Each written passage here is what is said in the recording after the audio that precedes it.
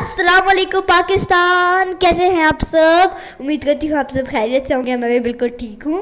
तो ये हम लोग दम पोह बना रहे हैं, तो उसके लिए हम लोगों ने प्याज और गोश्त और सब कुछ काट के रेडी कर लिया है। मैं जैसे स्कूल से आए मैं सरप्राइज हो गई कि आज तो दम पोह बने हैं। और देखते हैं नाना अबू किस तरीके से मज़ेदार किस्म के दम पोह बनाते हैं।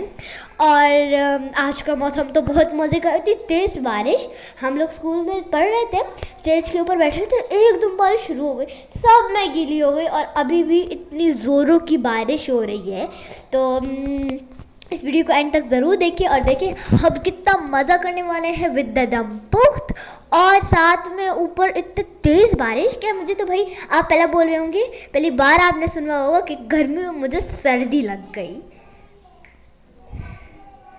ये देखिए कितने मज़े तरीके से, और साबुत आलू रखे और साबुत प्याज इसके ऊपर रख दिए। मुझे आलू बहुत अच्छे लगते हैं। और हम इसके साथ ट्राई करेंगे कि हम सैलेड भी कट करें।